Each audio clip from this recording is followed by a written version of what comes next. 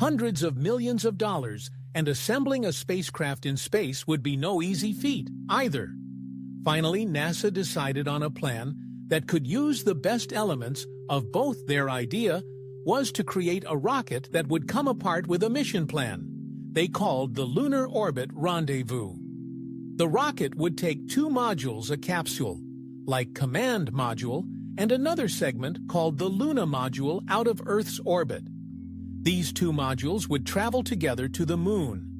The Luna Module, which was much smaller than the overall rocket, would detach from the Command Module and would take astronauts down to the surface. Once they were there, it would take them back up again to run with the Command Module. Once all the astronauts and samples were transferred back to the Command Module, the Command Module would travel alone back to Earth before finally splashing down in the ocean. It seems a little complex, but it was hoped to be the most economical model, both in terms of cost and in terms of weight thrust. Requirements: with this plan in place, NASA could begin construction and testing. They would need to create rockets that were significantly larger and more powerful than anything they had ever done before. They would need to put their own astronauts into space and thoroughly test each stage of the journey to ensure the success of the program. But they were underway.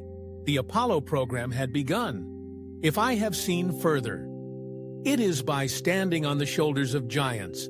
Just like with Isaac Newton, the Apollo program did not stand alone. Its achievements would not have been possible if it had not been for the important missions that ran before it, and alongside it, it built on the understanding learned from those missions, expanded on their technology, and drew on the expertise of the people who worked on them. I'm Alex Molan, and you're watching Astrum. Join with me today as we examine two of those vital early programs, Project Mercury and Project Gemini, and investigate how they helped a fledgling NASA to gain a greater understanding of how to put a man on the moon. I hope by the end of this video to have earned your like and subscription. NASA as an institution has not been around forever. It was only created in 1958 in response to the Soviet Union launching the Sputnik satellite about a year earlier. However, it's not accurate to say that NASA was completely new even in 1958, when U.S. President Eisenhower signed off on the formation of NASA.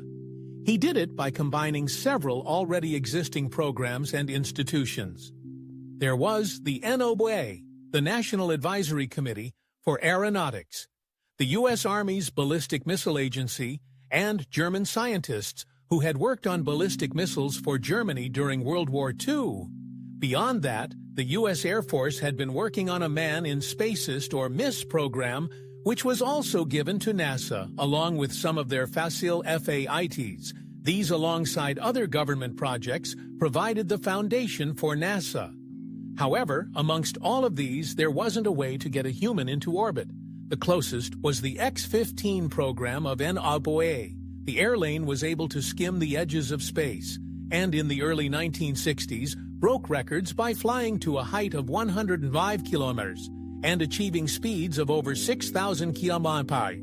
A later X-5 broke 700 km/h and holds the record to this day for the fastest crewed-powered aircraft. However, while this was above the Quran line of 100 kilometers, or the FAA's definition of space, this really is the limit of an airplane. Something more would need to be developed to get a human into orbit and ultimately to the moon. And so NASA began its first project to get a human properly into space, Project Mercury.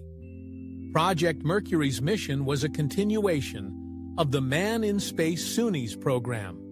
And, as that name suggests, its objective was to get a man into orbit and back safely, ideally before the Soviet Union.